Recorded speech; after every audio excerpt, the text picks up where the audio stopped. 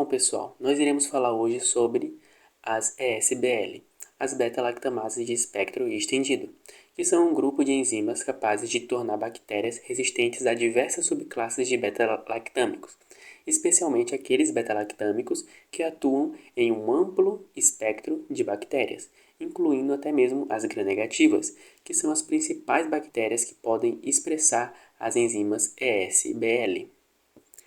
Anteriormente, nós vimos em nossa disciplina uma outra beta-lactamase, a KPC. E sim, existem diversos tipos de beta-lactamase, e elas podem ser, inclusive, agrupadas de acordo com algumas classificações, sendo que uma delas, uma das mais famosas, a classificação de Engler, vai reunir as beta-lactamases em alguns grupos, a depender da estrutura dos aminoácidos dessas enzimas. As beta-lactamases serão então divididas em classes A, B, C e D, sendo que as classes A, C e D vão possuir a zona catalítica da enzima baseada na hidroxila de uma serina, enquanto a classe B vai possuir a sua zona catalítica baseada em um metal, que na maioria das vezes é um zinco. E essa classe B, que possui a zona catalítica baseada em um metal, vai possuir como um dos principais representantes as MBL, as metalobeta-lactamases. Bom, aqui na imagem eu trago especificamente a classe A da classificação de Engler, justamente porque é nessa classe onde serão encontradas as enzimas ESBL e as KPC. Ok? Uma característica bem marcante nessa classe são os genes que expressam essas enzimas, pois esses genes estão contidos normalmente em plasmídios, ou seja, essas enzimas podem ser compartilhadas facilmente entre diversas espécies de bactéria por meio da conjugação desse plasmídio, ok?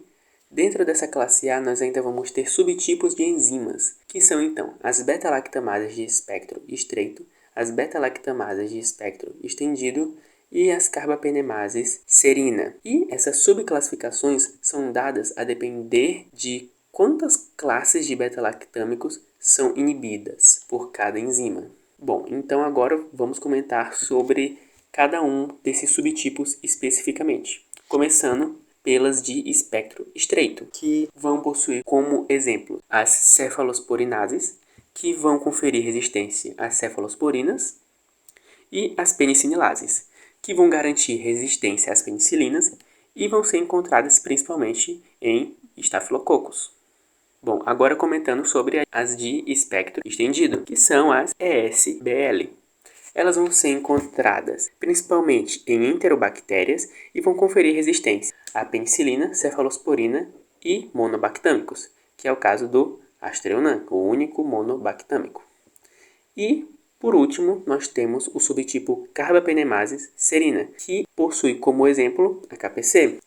E esse subtipo de enzima vai ser capaz de gerar resistência contra todos os beta-lactâmicos, sendo então necessário fazer um tratamento com fármacos não beta-lactâmicos para conter bactérias que produzem essas enzimas, ou se utilizar de ceftazidima associado a avibactam. Bom, agora vamos discutir mais especificamente sobre as enzimas ESBL.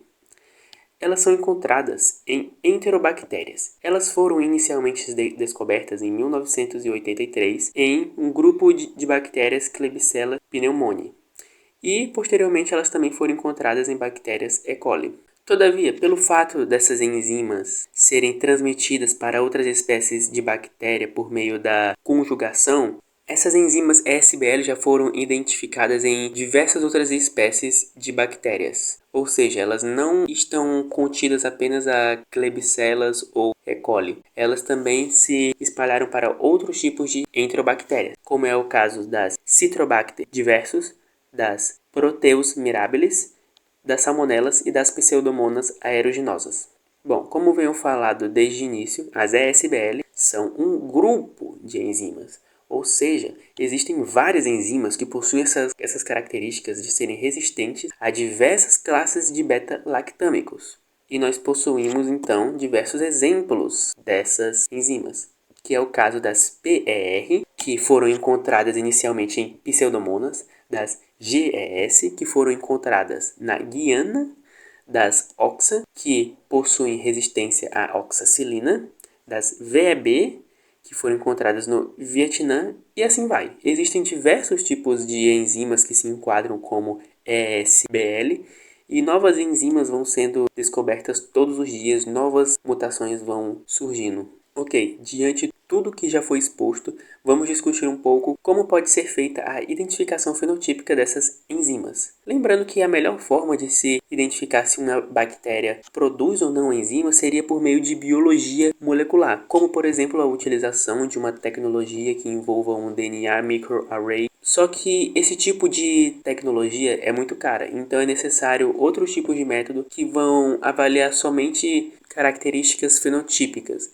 ou seja, não é possível identificar exatamente se a bactéria produz a enzima, mas é possível identificar o padrão de resistência dela e, por meio de alguns dados, determinar se aquela bactéria possui ou não aquela enzima.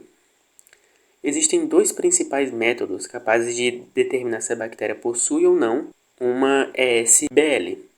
Um desses métodos é feito por meio da utilização de fitas reagentes, que vão determinar a concentração inibitória mínima, o MIC, e por meio de alguns padrões conhecidos determinar se o microorganismo produz ou não ESBL. Já a outra técnica de identificação fenotípica envolve um método conhecido como método de aproximação do disco, que é um método similar a um antibiograma normal, tanto que ele também é feito em uma placa de agar Miller-Hinton, e ele é feito por meio de alguns fármacos marcadores, que são fármacos então pré-determinados para a realização desse exame, e ele consiste no seguinte: se houver a formação de um halo fantasma, significa que aquele microorganismo é positivo para a produção de ESBL. E o que seria um halo fantasma?